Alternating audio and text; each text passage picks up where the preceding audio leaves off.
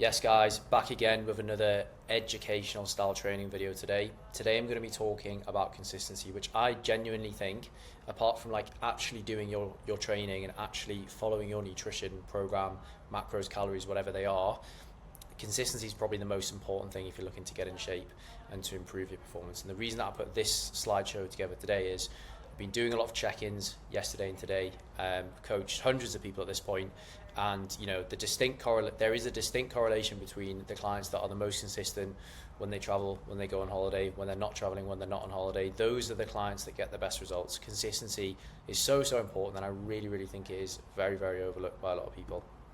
So I think it's really important to start by kind of defining consistency. I'm sure there's various different definitions of consistency online, but the way that I would, summarize, define it, whatever you want to call it, would be the ability to do something again and again repeatedly without the need for motivation or external validation. So basically you're able to repeatedly do a task, whether that's going to the gym, sticking to your diet, doing your work, whatever it is, without motivation. You're not always going to be motivated. I know you'll have seen that online a lot, but it's so true. And without the need for external validation. So when no one's watching, are you still doing it? I lost my Instagram account for a few days last week. I think honestly a lot of people only train so that they can post it on social media. I was still going to the gym, I was still attacking my training sessions with the same consistency and mentality, even when I wasn't getting any external validation, wasn't getting any story views, any likes on my posts. So it's your ability to do something almost on autopilot, and it's heavily correlated with discipline. Like if you are disciplined, you're going to be consistent, and if you're consistent, you're probably going to be disciplined as well. So, and I think lastly, something that's really overlooked as well is it's the ability to do something consistently, even when things are not going your way, even when it's challenging, because that's where a lot of people become inconsistent. So a quote, a phrase, whatever you want to call it, that I really like is consistently good, not occasionally great. It doesn't mean being 100% every single day. It's just about showing up and doing the work daily. And obviously you are going to have some days that are 100% amazing, but it's about the days that you show up and 75 and 80% that are still good. That's what breeds and leads to consistency. So I think it's really important to kind of like provide a little bit of context and social proof if you are new to the channel. Like, who am I to be preaching to you about consistency? I would say I'm very consistent with my training, my nutrition, my business. In terms of fitness, I genuinely think I've only taken 11 days off training in like one duration in the last 12 years.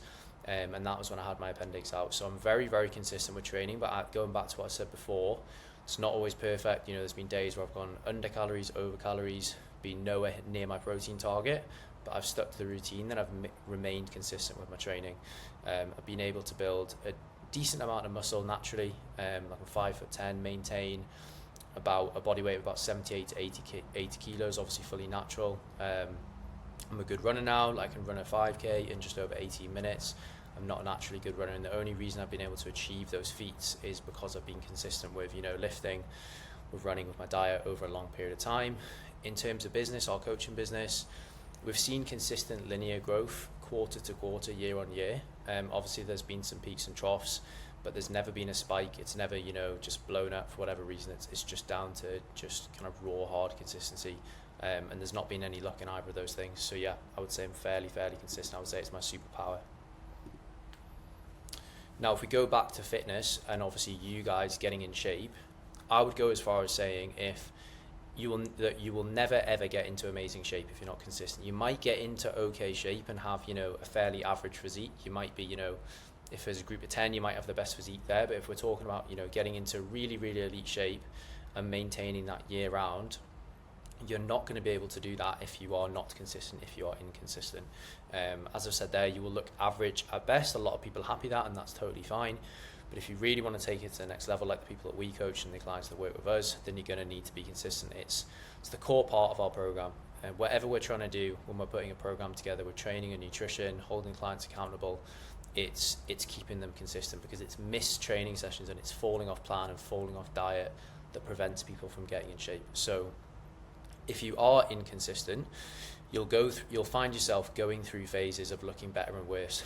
I'm sure you could probably name someone in your friendship group or someone from social media that you see get in really good shape for summer for a holiday and then fall out of it straight away.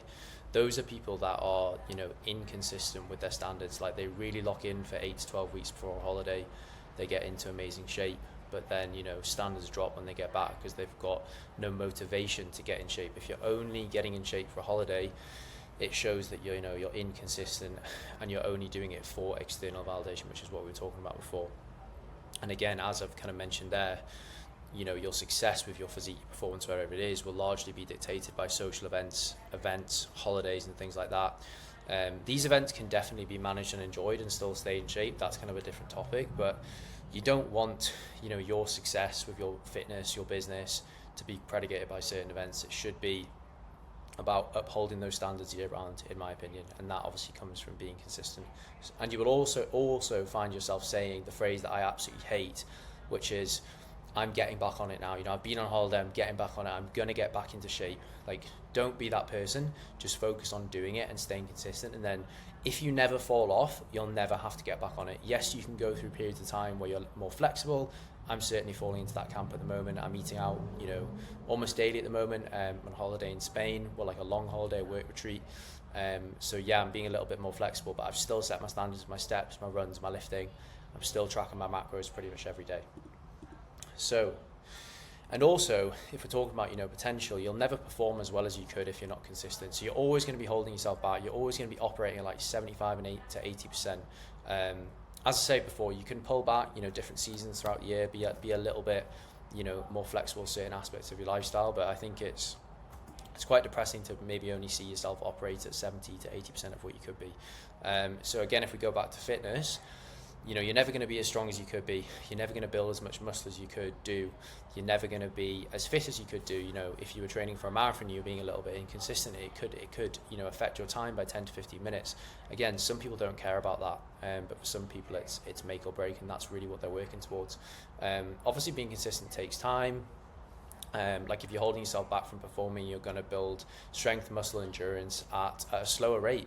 Like I've coached a lot of people in the past who, I'm not going to lie, they'll progress, then they'll fall off, and we'll be right back in the same position that they were 3 or 6 months ago. I'm still working with some people now where, you know, they've regressed and then they're back to where they were a year ago, and it's crazy. So you don't want to waste time by being inconsistent, because a lot of progress will be lost if you stop, you know, especially your fitness and your cardiovascular fitness. If you stop running for a month, maybe a little bit more, maybe 2 months, you're going to lose a lot of fitness there, and you're going to feel a lot less fit, and you're not going to be running the same times. Your recovery is going to be affected as well. And without significant improvement from being consistent, you're probably always going to find yourself bouncing between different disciplines if we revert back to training, and never really getting very good at any of them. Like, I've gotten really, really good at running over the last 4 years because it's been the only form of cardio that I've done. I've not been tempted to do CrossFit, I've not done a high rocks, I've just stayed doing running 30 to 50k a week every single week for the last 4 years, and now I'm pretty good at it. If I'd done a high rocks and changed my training, I probably wouldn't be as good at running as I am now. And we all know that, you know, that person, those people who, they just bounce between lots of different styles of training and they never really make any progress in any of them. They always look average, they're never actually that fit, so don't be those sort of people. A lack of consistency also doesn't really allow for much proof of concept. That's a bit of a mouthful, but basically what it means is that you need to be consistent for a good period of time to actually see results.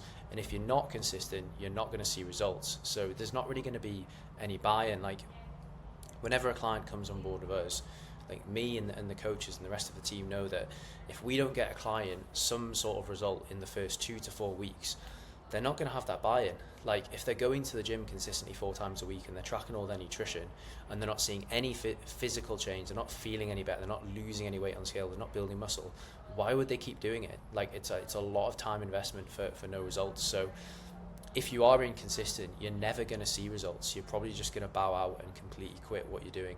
And conversely, like, it's very motivating to see yourself actually make progress, especially with your physique. So as soon as you get that buy-in from being consistent, you're going to want to be more consistent and keep it up.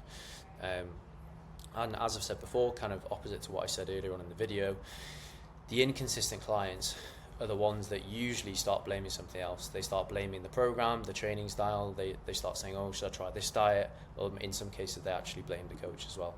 So bit of a different video, and I've made a lot of other videos that are more in depth on like, routine training and nutrition, but how can we actually start being more consistent? So the first thing would be designing a realistic structure and routine, making it easy. That could literally be with your daily habits, that could be your training, that could be your nutrition. As I mentioned here, that we do have specific videos on how to set up training splits, how to set up nutrition plans, things like that, so revert to those.